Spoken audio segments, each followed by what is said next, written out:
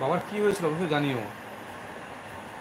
পড়তে পড়তে ঘুম হয় না আমার।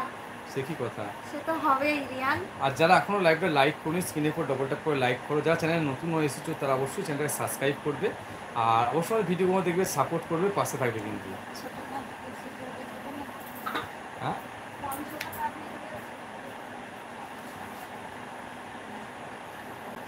কেমন আছো গো তোমরা? আমরা ভালো আছি, তোমরা কেমন আছো?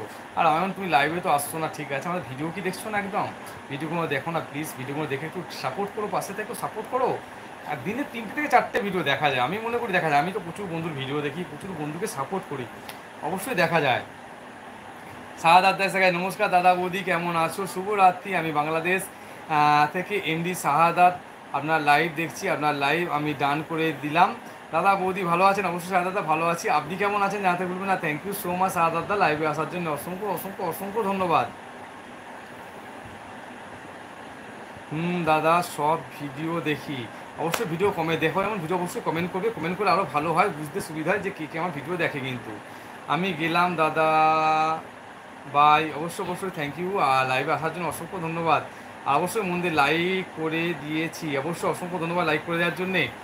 আর আমার কী বলছিলাম, হ্যাঁ, মন দিয়ে লেখাপড়া করো, লেখাপড়ার থেকে বড় কিছু হয় না কিন্তু, মাথায় রেখো সবসময়।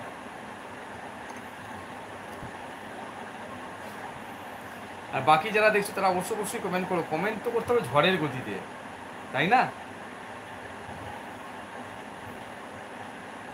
কমেন্ট স্ক্রল করে যদি নিচে না নামিয়ে পড়লাম তাহলে সেই কমেন্ট কী কমেন্ট? কমেন্ট করতে হবে ঝড়ের গতিতে একদম।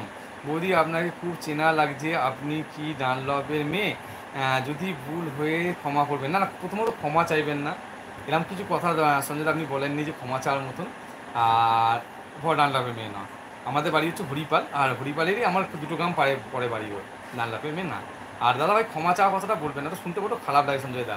দেখুন আপনি তো ভুল কিছু জিজ্ঞাসা করছি আমার বাড়ি কোথায়, তাতে ক্ষমা চাওয়ার কী আছে দাদা ভাই? একদম না দাদা ভাই, আমার শব্দটা শুনতে বড্ড নিজেকে ছোট মনে হয় নিজেদের।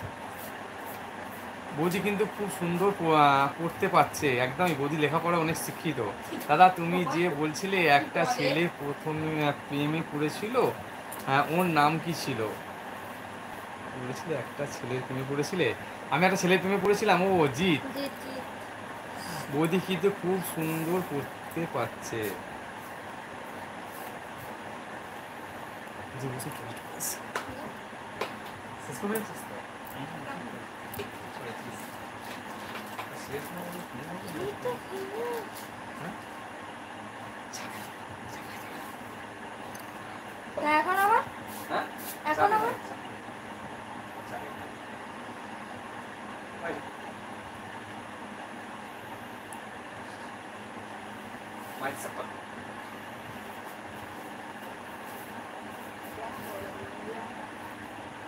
দিদি গেলাম, tata, good night. Good night Riyan. অবশ্যই মন দিয়ে পড়ো, একটু কষ্ট করো, পরীক্ষা হয়ে গেলে তো আর পড়তে হবে না বলো।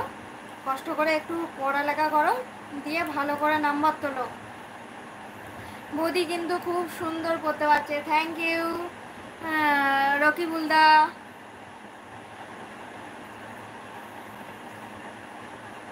বৌদি কিন্তু সুন্দর পড়তে পারছে, থ্যাংক ইউ থ্যাংক ইউ।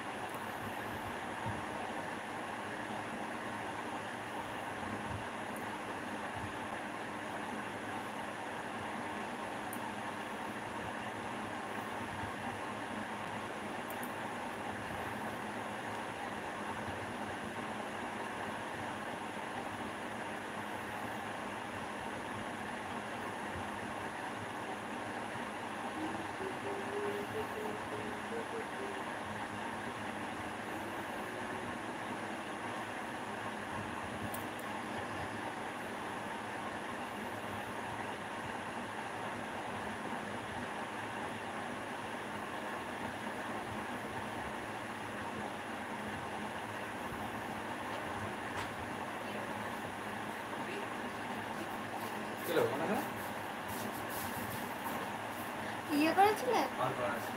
না না, তাহলে তারপর করবে।